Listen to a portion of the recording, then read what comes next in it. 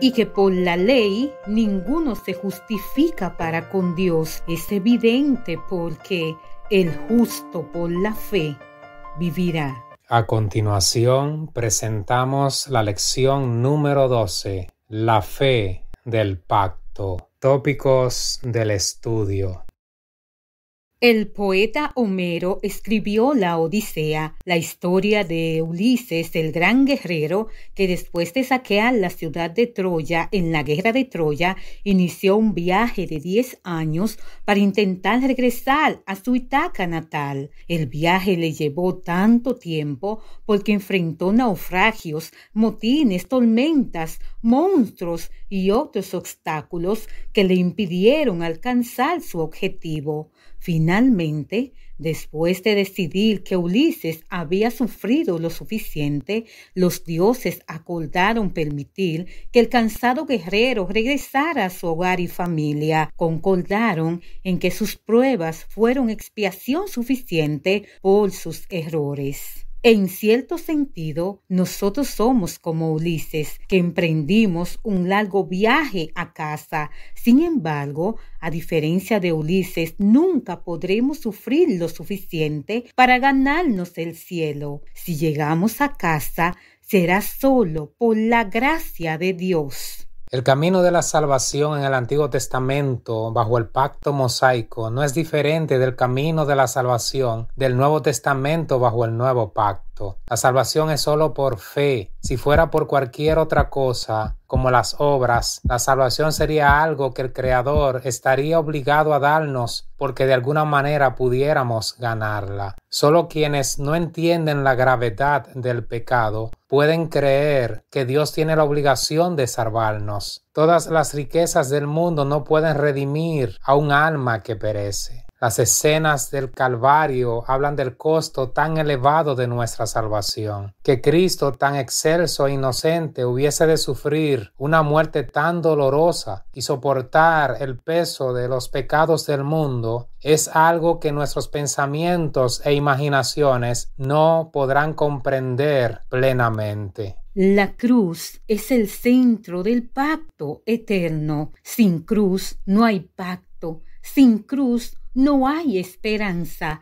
Sin cruz no hay salvación. Jesús, con su sacrificio, selló el pacto con cada ser humano. Para ampararnos bajo el manto del pacto eterno, solo existe una condición: creer. Pedro escribe que fuimos rescatados de nuestra vana manera de vivir. La idea de rescate o precio a la que se refiere trae a la memoria la antigua práctica de que un esclavo era liberado de la esclavitud después de que generalmente un pariente pagara un precio. En contraste, Cristo nos rescató de la esclavitud del pecado y su fruto final, que es la muerte, y lo hizo con su sangre preciosa, su muerte sustitutoria y voluntaria. Jesús es el único que tiene vida en sí mismo. La vida de todos los demás seres depende de Dios. Por eso ningún ángel ni cualquier otro ser creado podría sufrir la muerte eterna en nuestro lugar. La salvación no se trata de un salario el cual me puedo ganar, ni siquiera una oferta que podemos conseguir a mitad de precio, ni nada por lo que hemos de trabajar arduamente, porque sencillamente está más allá de nuestro alcance. La salvación es 100% gratuita. En lo personal, cuando alguien nos ofende, tendemos a alejarnos de esa persona y a restringir cualquier expresión de generosidad que pudiésemos sentir hacia esa persona. Pero Dios no es así. Dios no retiene su gracia a causa de nuestro pecado, más bien la derrama generosamente para tratar ese pecado, porque donde abundó el pecado, sobreabundó la gracia. Los judíos se sentían muy orgullosos de que Abraham fuese su progenitor, y un ejemplo tomado de su vida y conducta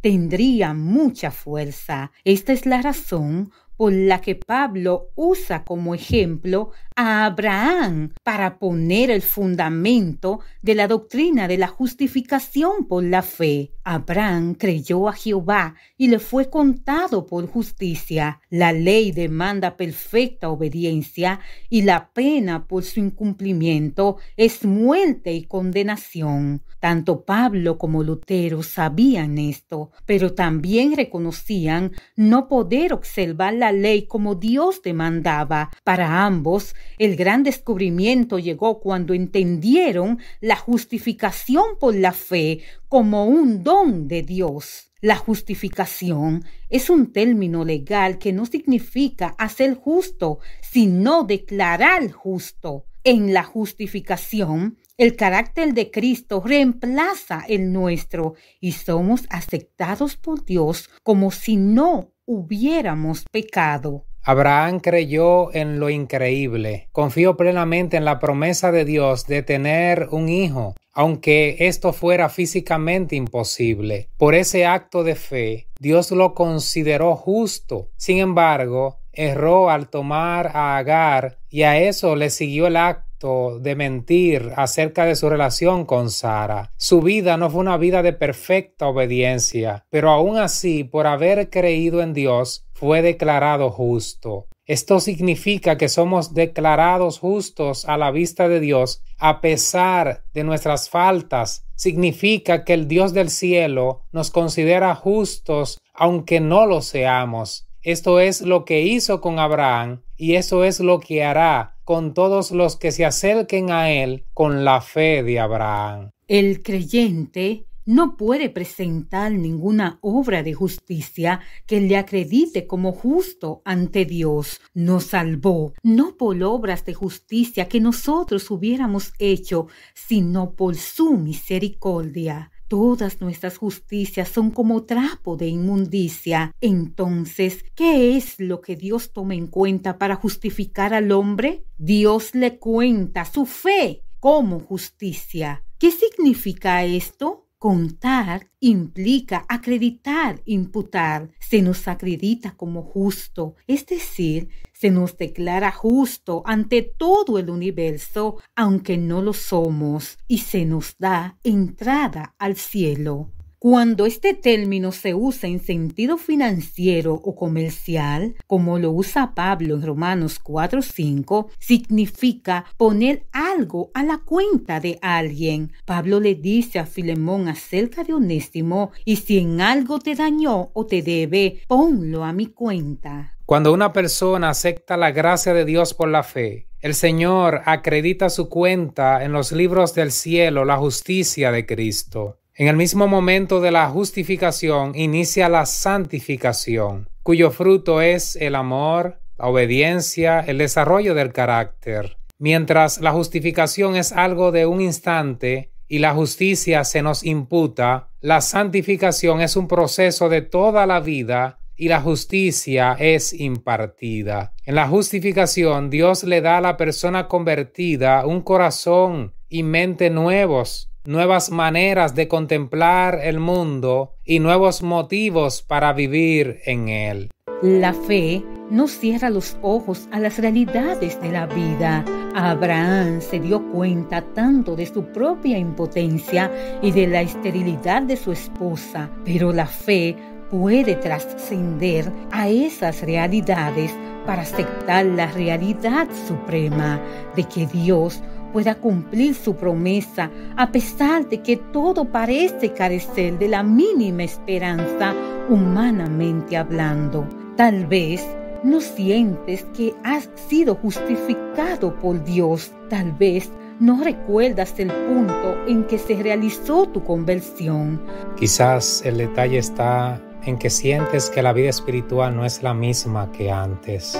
Entonces necesitas venir nuevamente a Dios. El hecho de que fuiste justificado una vez no quiere decir que no necesites volver a ser justificado. En la parábola del fariseo y el publicano dijo: Señor, ten piedad de mí, pecador. Ante su oración de fe, Jesús declaró que el publicano fue justificado. Este es el mejor momento para caer de rodillas y reconocer nuestra situación. Quizás hemos descuidado nuestra relación con Dios. Hoy el Señor puede volver a justificarnos como lo hizo con el publicano. Solo necesitamos creer. Se cuenta la historia del famoso cardenal Bellarmino, el gran apologista católico que durante toda su vida luchó contra el mensaje de la justificación, solo por la justicia imputada. Mientras agonizaba, le llevaron los crucifijos y los méritos de los santos para darle seguridad antes de morir. Pero Bellarmino dijo: llévenselos, creo que es más seguro confiar en los méritos de Cristo. Sin embargo, no tienes que esperar a que la muerte esté a la puerta. Podemos tener seguridad en el Señor ahora. Todo el pacto se basa en las seguras promesas de Dios ahora. Promesas que pueden mejorar nuestra vida ahora. Dios te bendiga.